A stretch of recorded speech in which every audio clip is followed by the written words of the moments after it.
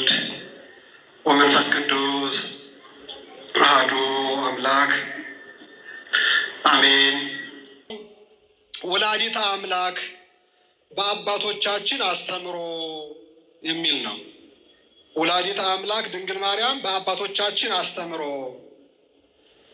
አባቶቻችን መንፈስ ቅዱስ ያደረባቸው ነፍሳቸው በመንፈስ ቅዱስ የቀጠነችው አባቶቻችን፣ ሰይፈ መንፈስ ቅዱስን የታጠቁ አባቶቻችን እመቤታችን ምን አሏት? ቅዱስ ያሬድ ምን አላት? ዮሐንስ አፈወርቅ ምን አላት? ቅዱስ ሄራቅሊስ ምን አላት? አባ ጊዮርጊስ ምን ብሎ ስለሷ ተናገረ? ሐዋርያትስ ምን አሉ? የሚሉትን እኔ ከዛም ቆንጠር አድርጌ አምጥቼ ለእናንተ ተሰሙት ዘንድ እግዚአብሔር የፈቀደውን ነገር አቀርባለሁ። እግዚአብሔር እርዳኝ። ፊት ለፊት ብትመጡ በጣም ጥሩ ነው።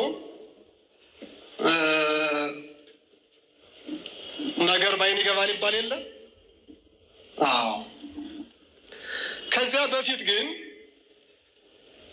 ድንግል ማርያምን ለማመስገንም ሆነ ለማወቅ የሚያስፈልግ ቅድመ ሁኔታ አለ። ምዕመናን፣ ድንግል ማርያምን ማንም ሊያመሰግን አይችልም። ሊያመሰግናት፣ ሊያወድሳት፣ ሊያውቃት፣ ሊማራት የሚችል ሰው የሚጠበቅበት ቅድመ ሁኔታ አለ። ይህን መጽሐፍ ቅዱስ እንዲህ በሁለት ክፍል ከፍሎ ይነግረናል። ድንግል ማርያምን ለማወቅ፣ ድንግል ማርያምን ለመማር፣ ድንግል ማርያምን ለማመስገን ቅድመ ሁኔታዎች አሉት። አንደኛው የመንፈስ ቅዱስ እርዳታን ይፈልጋል። ምን ይፈልጋል? ምን ይፈልጋል? የመንፈስ ቅዱስን እርዳታ ይፈልጋል። ሁለተኛው ድንግል ማርያምን ከሚያወድሰው ከሚያመሰግነው ትውልድ ቁጥር ውስጥ መግባት ያስፈልጋል። ስንት አልኳችሁ? ድንግል ማርያምን ከሚያመሰግነው ከሚያወድሰው ከሚማረው ትውልድ ቁጥር ውስጥ መግባት ያስፈልጋል። እነዚህ ሁለት ነገሮች እመቤታችንን ለማወቅ፣ ለማመስገን፣ ስለ እሷ ለመማር ቅድመ ሁኔታዎች ናቸው። ቅድመ ሁኔታዎች ናቸው። በመጽሐፍ ቅዱስ ይህን እናገኛለን። በሉቃስ ወንጌል ምዕራፍ 1 ምናልባት የቅዱም መምህር አንስተውት ሊሆን ይችላል። አንዲት ቅድስት አረጋዊት እናት ማንም ያላወቀውን ሰማያውያን መላእክትም ሳያውቁ የሚጠብቃት ዮሴፍ እንኳን ሳያውቅ የዕለት ጽንስ የጌታን ኢየሱስ ክርስቶስን ጽንሱን ያወቀች አንዲት ቅድስት አረጋዊ እናት አለች። ማናት እሷ? ማናት? ኤልሳቤጥ ናት። ወቡአት ቤተ ዘካርያስ ወአማታ ለኤልሳቤጥ፣ ወደ ዘካርያስ ቤት ገብታ ኤልሳቤጥን ሰላምታ ስትሰጣ ይላል ሉቃስ፣ ወንጌላዊ ሉቃስ። ወደ ዘካርያስ ቤት ገብታ ለኤልሳቤጥ ሰላምታ ስትሰጣት አንፈራጸ እጓል በውስተ ከርሳ፣ በኤልሳቤጥ ውስጥ ያለው ሕፃን ዘለለ ወመላ መንፈስ ቅዱስ ላይ ለኤልሳቤጥ ይላል። ይሄ ተራ ቃል እንዳይመስላችሁ፣ ትልቅ ሰማይና ምድርን ያያዘ ትልቅ ቁም ነገር ያለው ቃል ነው። የማንን ሰላምታ ስትሰማ ነው? የማንን ሰላምታ ስትሰማ? የድንግል ማርያምን ሰላምታ ስትሰማ። በማን ምን ሞላባት? በኤልሳቤጥ መንፈስ ቅዱስ ሞላባት ይላል። አሁን መንፈስ ቅዱስ ሲሞላ የሚያደርገውን ደግሞ ልንገራችሁ። በጣም ነው የሚገርመው። ቅዱስ ገብርኤል ወደ ኤልሳቤጥ አልመጣም። ወደ ድንግል ማርያም ተልኮ ለኤልሳቤጥም መጥቼ ሄጃለሁ ከድንግል ማርያም ብሎ አልነገራትም። ኤልሳቤጥ ግን ምን አለች? ምን ትሉ አነ ከመ ትምጽእ ኀቤሙ ለእግዚእ፣ የጌታዬ እናት ወደ እኔ ትመጪ ዘንድ እኔ ምንድን ነኝ? የዕለት ጽንስ ነው። የጌታ እናት መሆኗን ለኤልሳቤጥ ማን ነገራት? ማን ነገራት? እግዚአብሔር መንፈስ ቅዱስ። የጌታዬ እናት ነው ያለቻት። ኤልሳቤጥ እንግዲህ አታውቅም። ከዛ በፊት ቅዱስ ገብርኤል ወደ እመቤታችን መሄዱን አታውቅ ወይ? ቅዱስ ገብርኤል መጥቶ አልነገራት? የጌታዬ እናት ወደ እኔ ትመጪ ዘንድ እንዴት ይሆንልኛል? አየህ፣ አሁን ይሄ ነው የመንፈስ ቅዱስ እርዳታ የሚባለው። ይሄ ነው ሰማያን መላእክት እንኳን በቅጡ አልተረዱትም። ይህን ጽንስ የሚጠብቃት ዮሴፍ እያይመረ ዮሴፍ እስከ አመ ወለደት ወልደ ዘበኩራ የሚጠብቃት ዮሴፍ እንኳን እስክትወልድ ድረስ አላወቃትም። ግን ማን አወቀች? ኤልሳቤጥ። አሁን ይሄ ነው እንግዲህ ኤልሳቤጥ ስለ እመቤታችን አበው እንግዲህ ከዚህ እየቀዱ ነው ያን ሁሉ ሰማይና ምድር ሊሸከሙ የማይችለውን ድርሰት ስለ እመቤታችን ምስጋና ያቀረቡት ከዚህ እውነት ምንጭ የሚፈልቀውን ቀርተው ነው። ምን አለቻት? ብሩክት አንቲ እማንስት፣ አንቺ ከሴቶች ተለይተሽ የተባረክሽ ነሽ። ፍጹም የተባረከች መሆኗን ተናገረች። ፍጹም አማኝ መሆኗን እንደ ተአምኒ ዘነገሩኪ፣ የነገሩሽን የምታምኝ አንቺ ንዕድ ክብርት ነሽ። ስለዚህ ፍጹም እምነቷን ኤልሳቤጥ መስክራለች። ከሴቶች መካከል እንደሷ ቅድስት የሌለ መሆኑን ተናግራለች። የአምላክ እናት መሆኗን መስክራለች። የአበው ትምህርት የሚቆመው በዚህ እውነት ላይ ነው። አስተውሉ። ሰማያዊውን ትውልድ ወክሎ ቅዱስ ገብርኤል መጥቶ የእግዚአብሔር እናት ደስተኛይቱ ሆይ እግዚአብሔር ከአንቺ ጋር ነው ብሎ የሰማይ መላእክት እልፍ አእላፍ መላእክት የሚያመሰግኑትን እውነት ቅዱስ ገብርኤል ገለጠ። የትውልዱ አካል መሪ ፋናወጊ የሆነችው ቅድስት ኤልሳቤጥ ደግሞ የእግዚአብሔር እናት ምንትኑ አነ ከመ ትምጽእ ኀቤየ እሙለ እግዚእ፣ የእግዚአብሔር እናት ወደ እኔ ትመጭ እኔ ምንድን ነኝ አለችና የትውልዱን የማመስገኛ ቁልፍ አስረከበችን። ክብር ለአምላካችን ይሁን በእውነት። ስለዚህ ቅድመ ሁኔታው ምንድን ነው? የመንፈስ ቅዱስ እርዳታ የሌለው ሰው ድንግል ማርያምን ሊያመሰግን ፈጽሞ አይችልም። ከትውልድ ቁጥር ገብቶ እስመርየ ሕማማ ላመቱ፣ እነሆ የባሪያይቱን መጎሳቆል መዋረድ አይቷልና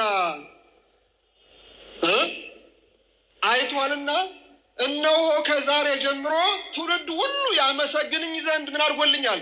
ታላቅ ነገርን እሱ አድርጎልኛል። የትምህርታችን ማጠንጠኛ ትልቁ ርዕሰ ጉዳይ ታላቅ ነገር እግዚአብሔር አድርጓል የሚለው ነው። ምንድን ነው እሱ ታላቅ ነገር? ምንድን ነው እሱ? ይህ ታላቅ ነገር የአምላክ እናት መሆን ነው። ድንግል ወእም መሆን ነው። የአምላክ እናት መሆን፣ የእግዚአብሔርን መውለድ በጣም ሕሊና ሊሸከመው የማይችል የመላእክት አእምሮ፣ የትውልድ የሰው ፍጡር ሕሊና ሊያውቀው ሊመረምር የማይችል ግዙፍ የሆነውን ታላቅ ነገር እግዚአብሔር ለኔ ያድርጓልና እነሆ ከዛሬ ጀምሮ ማን ያመሰግነኛል? ማን ያመሰግናል? ትውልድ ሁሉ ያመሰግነኛል። አሁን ከዚህ ትውልድ ገብተህ ካልተቆጠርክ በስተቀር እመቤታችን ልታመሰግን አትችልም። እመነኛ፣ አትችልም። ከመላእክት ወገን የማያመሰግን አለ፣ ከሰው ወገንም የማያመሰግን አለ። ማን ነው እሱ? መንፈስ ቅዱስ ያልረዳው ሰው ስለ ድንግል ማርያም ሊናገር አይችልም። በእውነት ከአባቶቻችን ጋር ሆኖ ሊመሰክር አይችልም። ጎርጎርዮስ ዘኑሲስ ጎርጎርዮስ ዘንዚራዊት ነባቤ መለኮት ይባላል። ከአባቶቻችን አንዱ ቀጰዶቅያን ፋዘርስ ተብለው ከሚጠሩት ታላቁ ነገረ መለኮት የሰፋለት እግዚአብሔር የገለጠለት ታላቁ አባት ምን አለ? ወመራዬ ለአብይ ሃይማኖት አለው። ይህንን ምን አለው? ለታላቁ ሃይማኖት መሪ ሆነች አለ። ይህን ነገረ ስጋዊን ሲያመነጥረው የአምላክን የድንግል ማርያምን እናትነት ሲናገር ወመራዬ ለአብይ ሃይማኖት፣ የእመቤታችን በድንግልና ጸንሶ በድንግልና መውለድ ለታላቁ ሃይማኖት መሪ ነው። ለምን መሪ ነው? ለታላቁ ሃይማኖት መሪ ነው። ታላቁ ሃይማኖት የሚባለው ምንድን ነው የሚለውን ይህ ትውልድ ጠንቅቆ ማወቅ አለበት። በእውነት ካልሆነ ይስታል። ምንድን ነው ታላቁ እምነታችን? ምንድን ነው?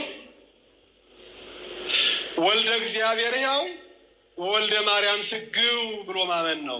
ይህ ነው ታላቅ እምነት የሚባለው። ቅድመ ዓለም የነበረውን ልደቱን ከአምላክነት ሳይጎል ከስሉስ ቅድነት ሳይጎል የነበረውን ክብሩን ልደቱን የሚያውቅ የሚያምን በኋላ ዘመን ከድንግል ማርያም ያለ ዘራ ብሲ መወለዱን የማያምን ሰው ጎደሎ መናፍቅ ይባላል። ምን ይባላል? መናፍቅ። መናፍቅ ማለት ከፍሎ የሚያምን ከመጽሐፍ ቅዱስ ትንሽ ወስዶ የራሱን ሀሳብ እያመነ የሚኖር ማለት ነው። መናፍቅ ማለት የራሱን ሀሳብ ሲያምን የሚኖር ማለት ነው። መናፍቅ ማለት ይሄ ነው።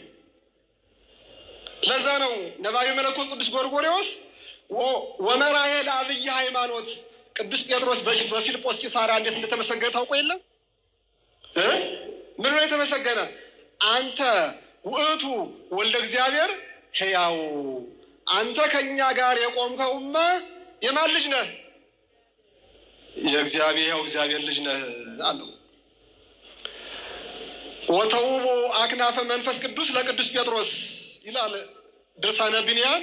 ለቅዱስ ጴጥሮስ የመንፈስ ቅዱስ ክንፍ ተሰጠውና ወተርኅዋ ሰማያት፣ ሰማያት ተከፈቱ፣ ወኮነ እርገቱ ወርደቱ ፍጡነ ከመ መብረቅ።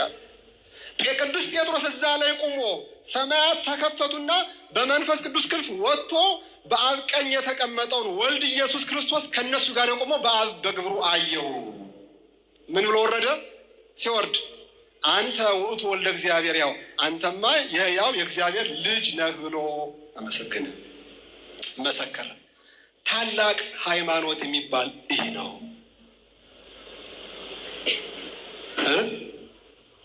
እንግዲህ ይህን ሁለቱ ልደታት ለምንፍቅናው መፈልፈልም ዋና ምንጩ ይህን ትምህርት በመንፈስ ቅዱስ ረዳትነት አለመቅረብ ነው።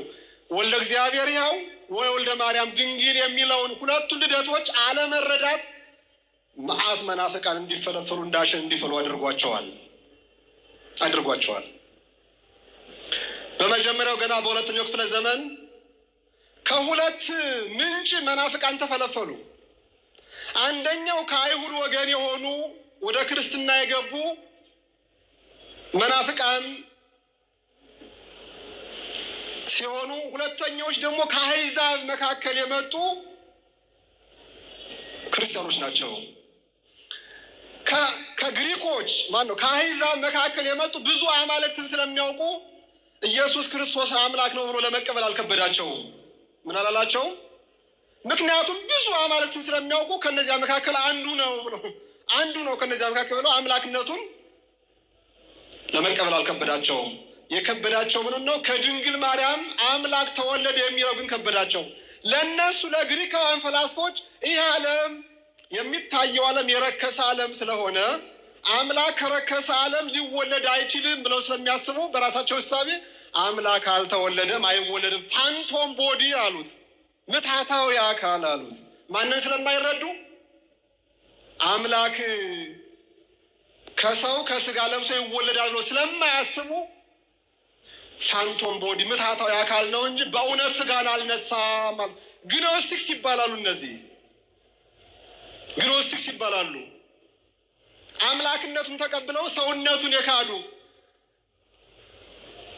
ያ ማለት ምን ማለት ነው? ሰውነቱን ካዱ ማለት ድንግል ማርያም ወላዲተ አምላክ አይደለችም የሚሉ ናቸው ማለት ነው። በደንብ ተገንዘቡት። የአበው ትምህርት ከዚህ ላይ የሚያጠነጥነው ለዚህ መልስ ለመስጠት ነው። እንግዲህ ይህ ሁሉ ድርሳናት የተደረሱት። ስለዚህ ከአሕዛብ ወገን የመጡት ብዙ አማልክት ያላቸው አካላት ምን አሉ? አይ ከአማልክት አንዱ ይሆናል፣ ግን አማልክት ደግሞ ከረከሰው ዓለም ሰው ሊሆኑ አይችሉም። ስለዚህ አልተወለደም። ሰው መስሏችሁ ነው እንጂ አልተወለደም። ስለዚህ ፋንቶም ቦዲ ምትሃታዊ አካል ነው እንጂ አልተወለደም አሉና ካዱት። ከአይሁድ የመጡት ደግሞ አንድ አምላክን ያውቃሉ። ኢየሱስ ክርስቶስን አምላክ ነው ብሎ መቀበል ሁለት አምላክ እንደማምለክ ነው። ስለዚህ አምላክ አይደለም፣ ይልቁኑ ሕግን በማክበር የተዋጣለት ሰው ስለሆነ ከነቢያት አንዱ ከመምህራን አንዱ አድርገን እንከተለዋለን ብለው ማንን ካዱት? ቅድመ ልደቱን ካዱት። ከአብ ዘንበለም መወለዱን ካዱት። እነሱ ይህ የመጀመሪያው ክፍለ ዘመን ቤተ ክርስቲያን ገና በሁለት እግሯ ሳትጠና የገጠማት ምንፍቅና ነው።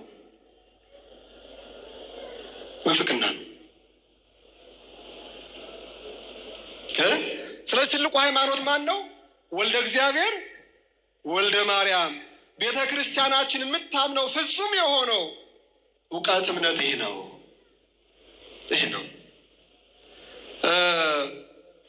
ቀጠለና አርዮስ ሁለተኛ የመጣው አርዮስ ነው። ከነዚህ ከግኖስቲክሳውያን፣ ከኢቢዮናውያት፣ ከአይሁዳውያን መናፍቃን ቀጥሎ የመጣው አርዮስ ነው። አርዮስ የአይሁዳዊን የፊሎን ፍልስፍና፣ የአርስቶትልን የሲሎጂዝም ሎጂክ፣ የኦሪገንን የተራዳይነት ትምህርት፣ የሉቅያኖስን የማደጎ ትምህርት አቀላቀለና ምርምሩን ቀጠለ። ሰማያዊ ልደቱን፣ ቅድመ ዓለም የነበረውን ልደቱን ለመመርመር አርዮስ ይህን ፍልስፍና ጀመረ። ያለ መንፈስ ቅዱስ እርዳታ። መንፈስ ቅዱስ ካረዳ በስተቀር ምንም የሚገኝ እውቀት እውነት የለም። የአርዮስ የምርምር ውጤት ምን ሆነ? ወልድ ፍጡር ነው አለ። አያችሁት? መንፈስ ቅዱስ ካረዳ በስተቀር ይህን አብይ ሃይማኖት ለመመስከርም ለመማርም ለመመርመርም ፈጽሞ አይቻልም። አርዮስ እንደ ዝንብ ነው። ከዚያም ለቅሞ አመጥቶ ምርምር ውጤት ይህ ነው አለና ምን አለ? ወልድ ፍጡር ነው። እንግዲህ ነው ቤተ ክርስቲያን አንድ ለግላጋ ወጣት የ25 ዓመት ወጣት ያን ግዙፍ መንግስታዊ ስልጣን የሚጋራ ግዙፍ የሆነውን ምንፍቅና የተጋፈጠው አንድ የ25 ዓመት ወጣት ሐዋርያው አትናቴዎስ ይባላል። ማን ይባላል? ሐዋርያው አትናቴዎስ ይባላል። ቤተ ክርስቲያንን በለግላጋ ነው ብቻውን የተሸከማት ታላቅ ሐዋርያ። አንተ ሞኝ አለው እሱ ሲሞግተው። አንተ ከዚያም እንደ ዝንብ ለቃቅመ ያመጣው ፍልስፍና ከንቱ ነው። እስኪ እኔ ልጠይቅህ አለው። የሰው ልጅ ማን ይባላል? ሰው የሚወልደው ምንድን ነው? በአንድ ድምፅ ሰው ምን ይወልዳል? ሰው የሚወልደው ሰው ነው። ላም የሚወልደው ላም ነው። እንስሳ የሚወልደው እንስሳ ነው። እግዚአብሔር የሚወልደው ምንድን ነው? እግዚአብሔር የሚወልደው ምንድን ነው? እግዚአብሔር የሚወልደው እግዚአብሔር ነው። መለኮት የሚወልደው መለኮት ነው። ሰው የሚወልደው ሰው ነው። አንተ አታውቅም እንጂ አብ ይቀድማል አልክ እንጂ አይደለም። እውነትህን ነው። በሰብአዊ ልደት አለው ሰው ሲወልድ አባት በእድሜ ይቀድማል፣ ልጅ በእድሜ ያንሳል። ፍጡር ስለሆኑ በጊዜና በቦታ ስለሚወሰኑ እውነትህን ነው። አባት ከልጅ ይበልጣል። አንተ ሞኝ አለው። ይህ 25 ዓመት ለግላጋ ወጣት እኮ ነው። አንተ ሞኝ አለው። ለእግዚአብሔር እኮ ጊዜና ቦታ አይወሰንለትም። ስለዚህ አብ ወልድ ሊበልጠው አይችልም። ጊዜ የሚባል ብልጫ የለም። በዚያ በእግዚአብሔር ዘንድ ጊዜ ብልጫ የለውም። አብ አባት በመሆኑ ወልድ ልጁን ሊበልጠው አይችልም። ምክንያቱም ጊዜ የሚባል የላቸው። የመለኮት ልጅ ነው የእግዚአብሔር ልጅ እግዚአብሔር፣ የሰው ልጅ ሰው ነውና ተሳስተሃል አለው። ነገር ግን መንግስታዊ ስልጣን ስለነበረው በቤተ መንግስቱ ከባድ ጦር የሚያዘምቱ መናፍቃን ስለነበሩ ያለግላጋ ወጣት እድሜ ዘመኑን በስቃይና በመከራ ቤተ ክርስቲያን ተሸክሞ እንዲያሳልፍ አደረጉት። ወዳጄ ወልድ ፍጡር ነው ማለት ድንግል ማርያምን ማለት ናት? የፍጡር እናት ናት ማለት አይደለም እንዴ? እንደዛ እኮ ነው። ወላዲተ አምላክ ናት አለ ሐዋርያው አትናቴዎስ። እግዚአብሔር ኢየሱስ ክርስቶስ አምላክ ከሆነ እሱን ወልደዋለችና እሷም የአምላክ እናት ናት። አርዮስ እንደዚህ ነው አለው። እኔ በዚያን ዘመን በጣም የሚያስገርማችሁ ብቻውን ነው። ይህ ታላቅ ሐዋርያ አትናቴዎስ ብቻውን ነው። ከዚያ በፊት የነበሩ አባቶች ዘመነ ሰማዕታትን የዲዮቅልጥያኖስ ሰይፍ ሲታገሉ ኑረው አዲሱን የአርዮስን ፍልስፍና አልነቁበትም ነበረ ገና። ለዚህ ፍልስፍና አይነተኛ መሳሪያ ያዘጋጀው እግዚአብሔር ይህን ወጣት ልጅ ነው። አንተ ወጣት ብትነቃ ይሻልሃል። የእውነት እንደዛ ነው። ከዛ እግዚአብሔር ቸር አምላክ ስለሆነ ማንን አስነሳለት? ቀጰዶቅያ አባቶችን ወጣት ጎርጎርዮስ በቅዱስ ባስልዮስ ዘቂሳርያን፣ ጎርጎርዮስ ዘንስስ ታናሽ ወንድሙን፣ ጎርጎርዮስ ዘንዚናዞ የሚባል ትንታግ መንፈስ ቅዱስን የተላበሱ ኃያል ወጣት ተነሱና የሐዋርያው አትናቴዎስን ቀንበር አቀለሉለት። እግዚአብሔር በየጊዜው ትውልድን ያስነሳል። ክብር ምስጋና ለአምላካችን ይሁን። ሁለተኛው ንስጥሮስ ነው። አለፍ አለፍ እየነጠቅ አድርጌ ላይ ልመልከተው ብዬ ነው ጉዳዩን። ሁለተኛው ማን ነው? ንስጥሮስ ነው። ንስጥሮስም ከዚሁ ቅድም እንደ አርዮስ የለቃቀመ ዝምባም ነው። ለቃሉ ይቅርታ አድርጉልኝ። እማ አምላክ አትባልም እመ ክርስቶስ ትባላለች አለ። ክርስቶስ ለንስጥሮስ ፍጡር ነው። ድንግል ማርያም የአምላክ እናት ሳይሆን የክርስቶስ እናት ነው መባል ያለባት። ምክንያቱም ክርስቶስ ፍጡር ነው። ጸቡ ነበረ። ቅዱስ ቄርሎስ ለአባቶች ይህንን ድምፅ ከቁስጥንጥንያ ንስጥሮስ ይህንን ምፍቅና ሲናገር ወደ አስቄጥስ ገዳም ላከ። አረ ድንግል ማርያም የአምላክ እናት አትባልም የሚል አረ ክፉ አውሬ ተነስቷልና ዘኑበት፣ አልቅሱበት ብሎ ወደ ገዳም ላከ። ማን ነው እሱ? ማን ነው? ቅዱስ ቄርሎስ። እንዲህ አይነት መናፍቅ ሲነሳ ወደ አባቶች ሁሉም ሰው ተንበርክኮ እንዲጸልይ እግዚአብሔር ኃይሉን እንዲያደክመው ቤተ ክርስቲያን እንዳይከፍል ጸሎት ነው የመጀመሪያው ስራ። ይሄ ነው። ድንግል ማርያም የአምላክ እናት አይደለችም የሚል ተነስቷልና እዘኑበት፣ አልቅሱበት ብሎ ወደ አስቄጥስ ገዳም ላከ ቅዱስ ቄርሎስ። ቅዱስ ቄርሎስ ጥብቅ በሆነ ጥበብ ነው ይህንን ምንፍቅና የተሟገተው። ጥብቅ በሆነ መንገድ የመጀመሪያው ለቤተ መንግስቱ ሰዎች የንስጥሮስ ደጋፊ ስለነበሩ እንዲረዱት ለቤተ መንግስቱ ቤተሰብ ሙሉ በሙሉ ለእያንዳንዳቸው ትምህርት አዘጋጅና ላከላቸው። ወላዲተ አምላክ መሆኗን የሚያመላክት የአምላክ እናት መሆኗን የሚያመላክት ለእያንዳንዱ ቤተሰብ ላከላቸው። የሆነ ሆነና ጉባኤው ተከናወነ። ማን ተረታ? ጊዜ ስለሚያንሰኝ ነው እንጂ ብንተርከው ትልቅ ትምህርት ነው የሚወጣው። ይሄ በጣም ትልቅ ግን ጊዜ የለኝም። የንስጥሮስ ትምህርት እንዴት እንደተመታ ታውቃላችሁ? በኤፌሶን ጉባኤ ሊቀመንበሩ ማን ነው? ቅዱስ ቄርሎስ ነው ሊቀመንበሩ። የኢየሩሳሌም ሊቀ ጳጳስ ጆቪናል ምን አለ መሰላችሁ?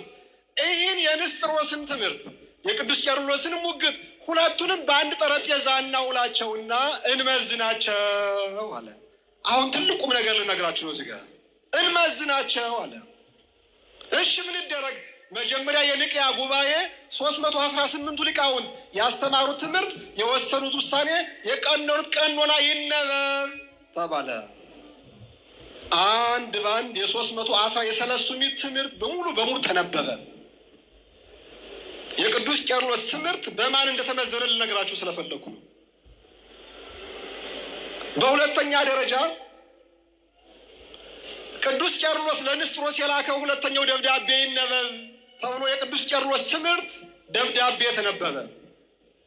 በሶስተኛ ደረጃ ንስጥሮስ ለቅዱስ ቄርሎስ የላከው ደብዳቤ ይነበብ ተባልና ተነበበ።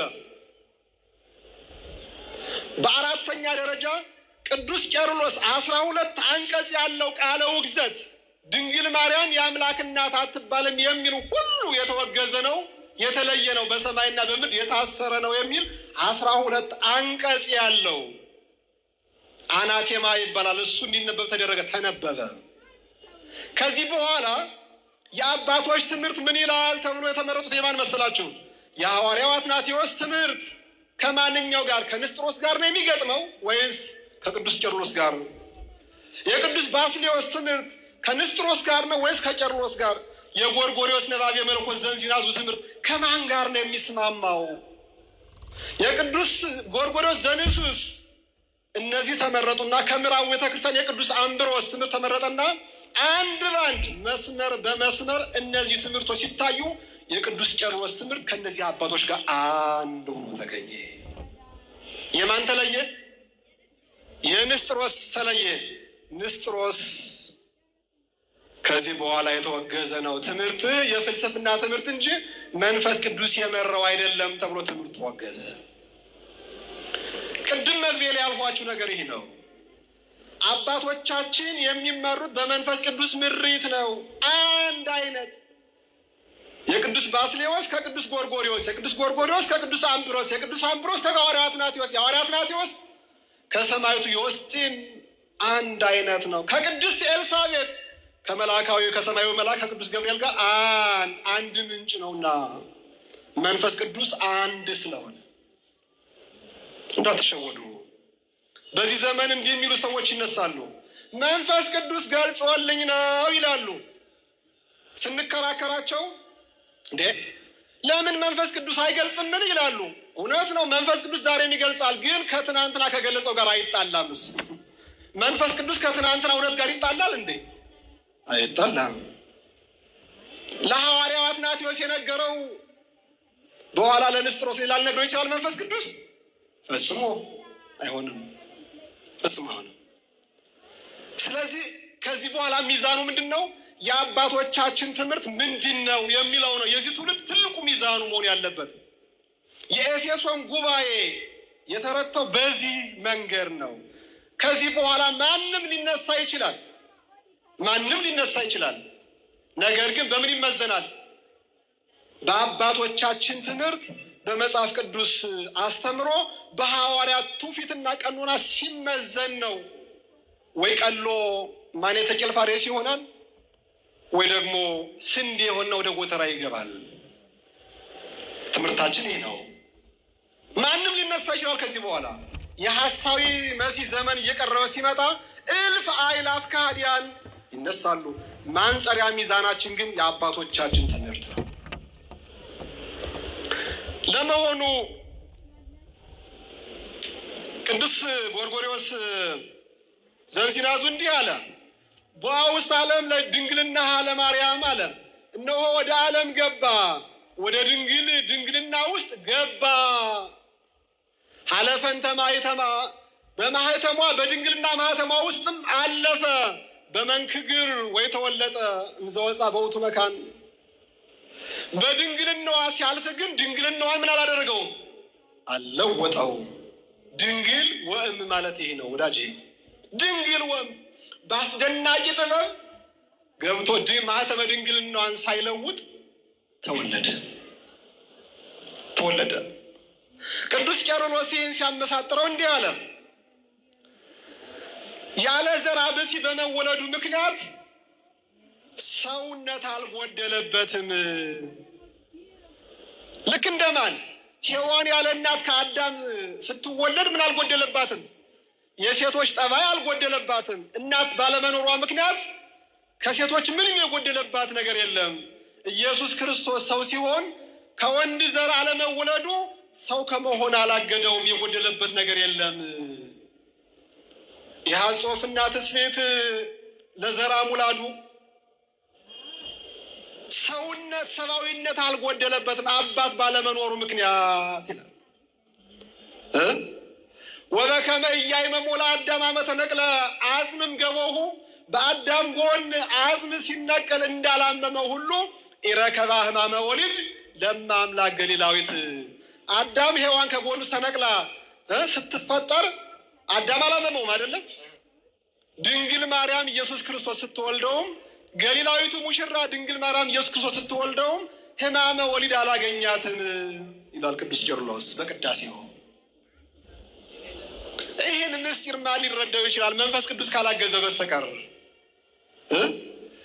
ይህ ብርሃን በዚህ መስታወት ሲያልፍ መስታወቱን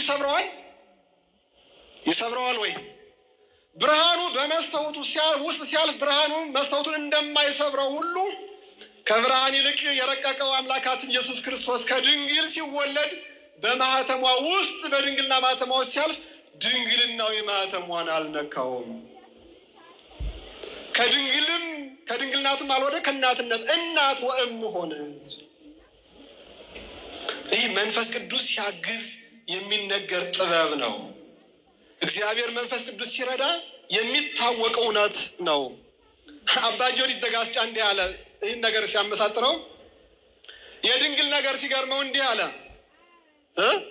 እሳትና ውሃ ድንቅ ነው። በአንድ ቦታ ላይ ሲገናኙ፣ በአንድ ጠረጴዛ ውስጥ ሲገናኙ እሳትና ውሃ ድንቅ ነው። አስገራሚው ግን ያስፈሪውን የአንበሳውን ደቦል ጻዳ በግ ስትታቀፈው ማለት ማን ስትታቀፈው? የአንበሳውን ልጅ በግ ሲታቀፈው እንደማለት እኮ ነው። በጊት ያላት ማንን ነው? ድንግል። አንበሳ በበግ እቅፍ ሲሆን አይገርምም? ሰማይና ምድር የማይሸከሙት አምላክ በአንዲት ብላቴና እቅፍ ሲሆን በጣም አስገራሚ ነው። ይሄ እሳትና ውሃ በአንድ ጠረጴዛ ላይ በአንድ ሳፋ ላይ። እስኪ ጥበበኛ ነገር እንዲህ ማድረግ የሚቻለው ጥበበኛ አለን? የለም። ይህን በምድራዊ ጥበብ ልመርምረው ብትል ትችላለህ? ትችላለህ? ኧረ ፈጽሞ አይቻልም። እንዴ አይቻልም። ሊቁ ሄራቅሊስ እንዲህ አለ ስለ እመቤታችን። አፍቃሪው አምላክ ሕይወትን በመግዛት ላይ ነበረና ከሴት መወለድ አላፈረም። እርሱ ራሱ ሲፈጥራቸው ወራዳ ባልሆኑ ስፍራዎች በመቀመጡ አልረከሰምና።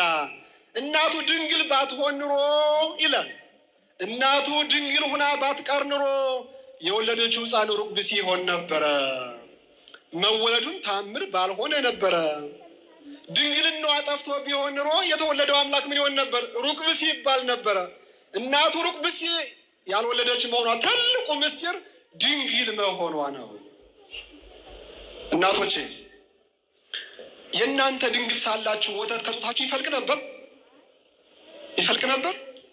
አይፈልቅ። ሴት ልጆች በድንግልና ሕይወት እያሉ ከጡታቸው ወተት አይፈልቅም። አስገራሚው ግን የአምላክና ድንግል ማርያም ድንግል ሁና ጡቶቹ አምላክን ይመግቡ ነበረ ወተት እያፈለቁ። ከተፈጥሮ ሕግ ውጭ ነው። ከሰው ሕሊና ውጭ ነው። ከሰው ሕሊና ውጭ ነው። ድንግል ሴት ወተት የላትም። ጡቶቿ ድፍን ናቸው ጫፎቹ። የእሷ ግን ድንግል ሁና ወተት አምላክን መግባለች። እና ይህ ነው ቅዱስ ሄራቅሊስ የሚነገረው።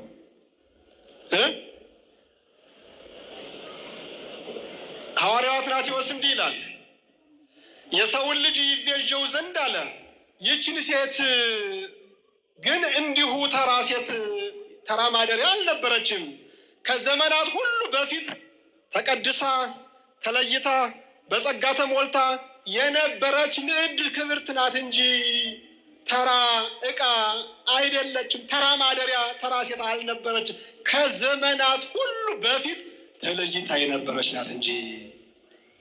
ላሪዎስ መልስ ሲሰጥ ከጻፈው ዲስኮርስ ኦን ዘ ኢንካርኔሽን ኦፍ ዘ ወርድ የሚል ቃል ነው ተወሰደ። ላሪዎስ መልስ ሲሰጥ ስለ እመቤታችን የተናገረው ነው። በመሆኑም አለ ሐዋርያው አትናቴዎስ ድንግል ማርያም ነፍስንና ስጋን ከሚያረክስ ነገር ሁሉ ነፃ ሆና የእግዚአብሔር ሕያው ቤተ መቅደስ ሆነች። እርሷ ቃል በእርሷ በኩር በውሃ በቱቦ ውስጥ እንደሚያልፍ ሳይሆን አለ፣ ነገር ግን መለኮቱን ከመዋቲ ስጋ ጋር በማይመረመር ምስጢር ተዋህዶ በእውነት ከእሷ ሰው ሆነ። ከማን ሰው ሆነ? ከድንግል ማርያም ሰው ሆነ። ይህ አባቶቻችን ምስክርነት ነው። ጌታ በውስጡ ያላለፈባት የተዘጋጅ በር ያረፈባት የተዘጋጅ በር እሷ ናት።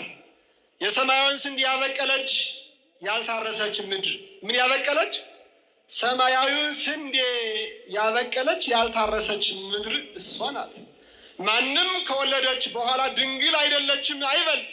ንጽህናዋ፣ ቅድስናዋ፣ ድንግልናዋ ጊዜያዊ ሳይሆን ዘላለማዊ ስጦታ ነው። መዋቲ በሆነ እጅ ያልተነካች ያልረከሰች የአዲስ ኪዳን ሕያው ታቦት ናት። አባቶቻችን ድንግል ማርያምን እንዲህ ነው የሚገልጧት። በመዋቲ እጅ ያልተነካች ያልተዳሰሰች ሕያው ታቦት ናት። ቅዱስ ዮሐንስ አፈወርቅም እንዲህ ብሎ አመስግኗታል። የድንግል ትሕትና አለ። በጣም የሚገርም ነው። እግዚአብሔር ወደ ምድር የወረደበት መሰላል ነው።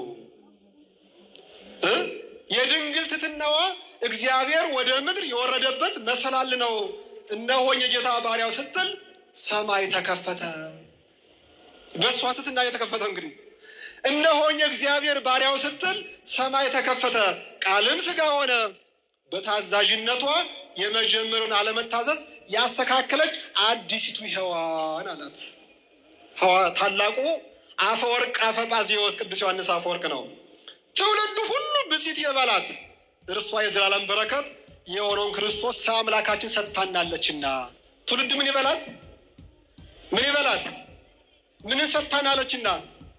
የዘላለም በረከት የሆነው ክርስቶስ አምላካችን ሰጥታናለችና ትውልድ ሁሉ ብፅዕት ይበላት፣ ብፅዕት ይበላት።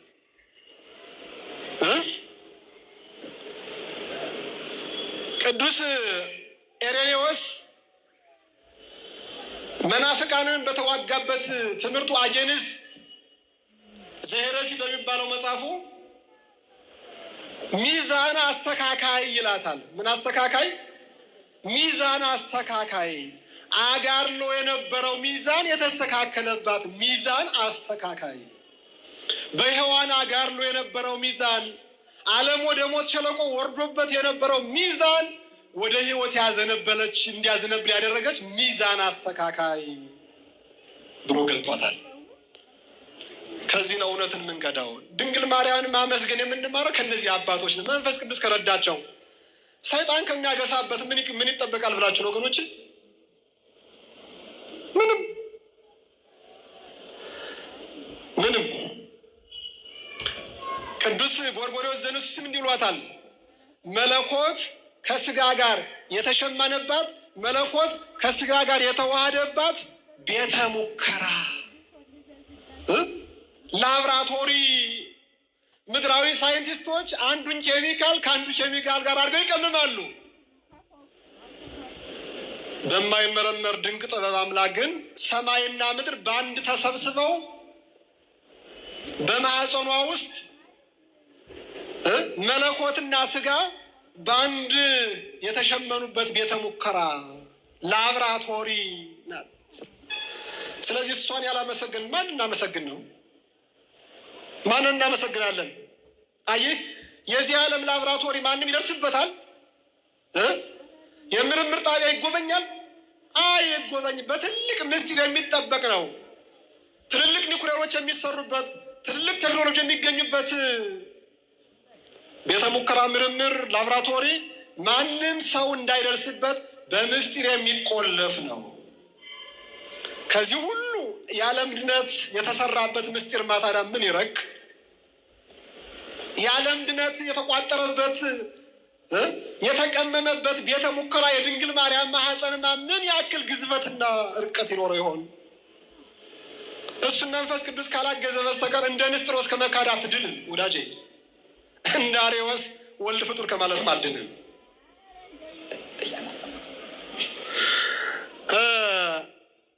አማላጅነቷን ሲናገሩ አባቶቻችን እንዲህ ይላሉ። የእመቤታችን አማላጅነት ቅድስት ድንግል የበረከት ሁሉ ማዕከል ናት ይላል። ማነው የሚለው?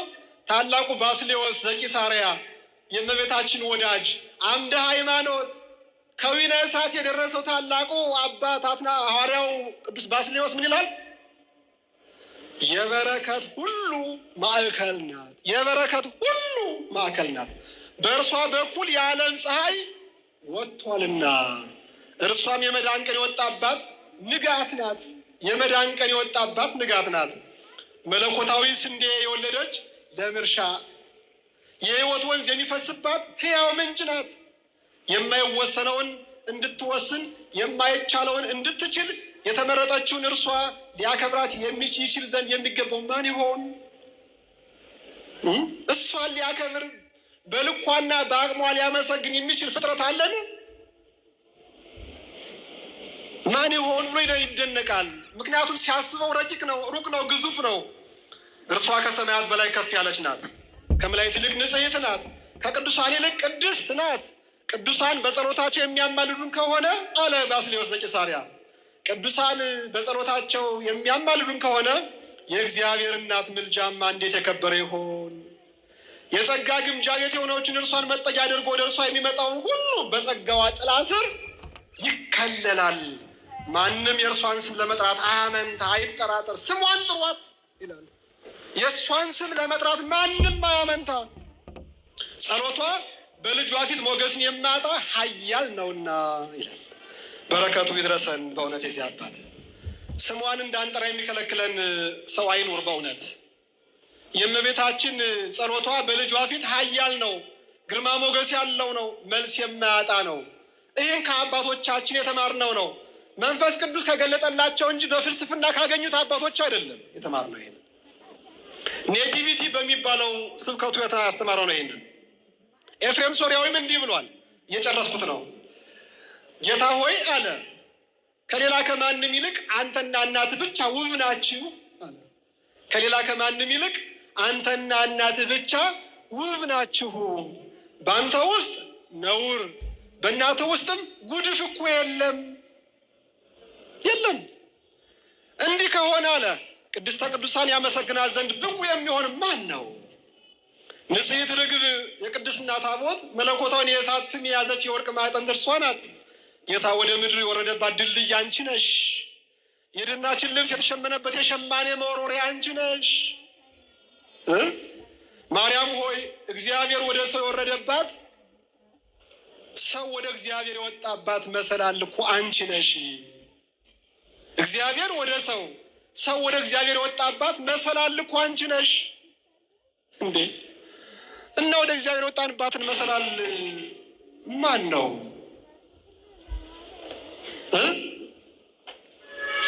የታጠረች አትክልት ቦታ ይላል። የሚወድሽ አለ፣ የሚወድሽ ምስጉን ነው፣ የሚያከብርሽ የከበረ ነው፣ ልጅሽ ያከብረዋልና።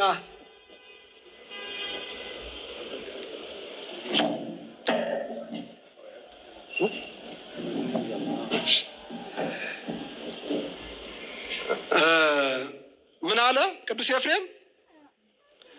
የሚወድሽ ምስጉን ነው፣ የሚያከብርሽ የተባረከ ነው፣ ልጅሽ ያከብረዋልና። ድንግል ማርያምን የሚያከብር ሁሉ ልጇ ያከብረዋል። ይህን ያለን ማን ነው? የእመቤታችን ወዳጅ ምስጋናዋ የበዛለት ቅዱስ ኤፍሬም ነው። ወዳጆቼ እሷን ማመስገን በረከት፣ የበረከት ሁሉ ማዕከል ናት ብሏታል ቅዱስ ሐዋርያው አትናቴዎስ። ማን ነው? ባስልዮስ ዘቂሳርያ። የእኛው ታላቁ ሊቅ ዳግማዊ ቄርሎስ አባ ጊዮርጊስም እንዲህ ብሏታል። እኔ የመንፈስ ቅዱስን ሀብት የምለምን ድሃ ነኝ አለ አባ ጊዮርጊስ ዘጋስጫ። የመንፈስ ቅዱስን ሀብት የምለምን ድሃ ነኝ፣ አንቺ ደግሞ የመንፈስ ቅዱስ ሀብት ማከማቻ ጎተራ ነሽ። እኔ የመንፈስ ቅዱስን ሀብት የምለምን ምንድን ነኝ? ድሃ ነኝ።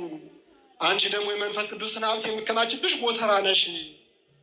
ልጅሽ ባለመዋል ነው፣ ጌጥ ሞገሳችን ነው።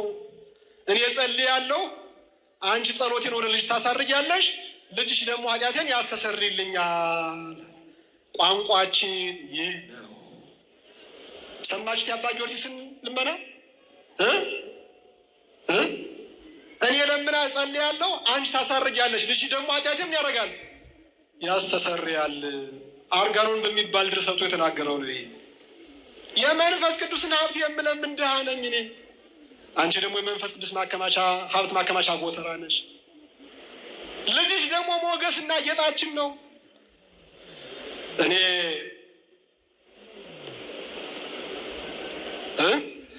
ኤራቅሊስ እንዲህ አለ፣ በጣም በሚገርም አስደናቂ። ኤራቅሊስ ማለት የቅዱስ ዮሐንስ አፈወርቅ ደቀ መዝሙር የነበረ ዳግማዊ ቅዱስ ዮሐንስ አፈወርቅ የሚባል ንስጥሮስን ለመርታት ከቅዱስ ቄርሎስ ጋር የተባበረ፣ ንስጥሮስ ከተወገዘ በኋላ በቁስጥንጥንያ ጉባኤ ምን የሆነ ሊቀ ጳጳስ የሆነ ታላቅ ሊቅ ነው። ኤራቅሊስ ወይም ፕሮክለስ ይባላል በእንግሊዝኛው። ኤራቅሊስ በእኛ በሃይማኖት አበው ትርጓሜ ኤራቅሊስ ነው የሚባለው፣ በእንግሊዝኛው ደግሞ ፕሮክለስ ይባላል። እና እሱ ስለ እመቤታችን አንስቶ የማይጠግብ አመስግኖ የማይጠግብ ዳግማዊ ቅዱስ ዮሐንስ አፈወርቅ ተብሎ ነው የሚጠራው። ቁስጥንጥንያ ዮሐንስ አፈወርቅን ድጋሚ የወለደች ተብሎ የተመሰገነ ሰው ነው እሱ። እና ምን አላት እመቤታችን? እሱ ምን አለ መሰላችሁ? የእግዚአብሔር እናት ማርያም ሆይ አለ፣ የእግዚአብሔር እናት ማርያም የማን እናት? የእግዚአብሔር እናት። የአባቶቻችን ድምፃቸው አንድ ነው።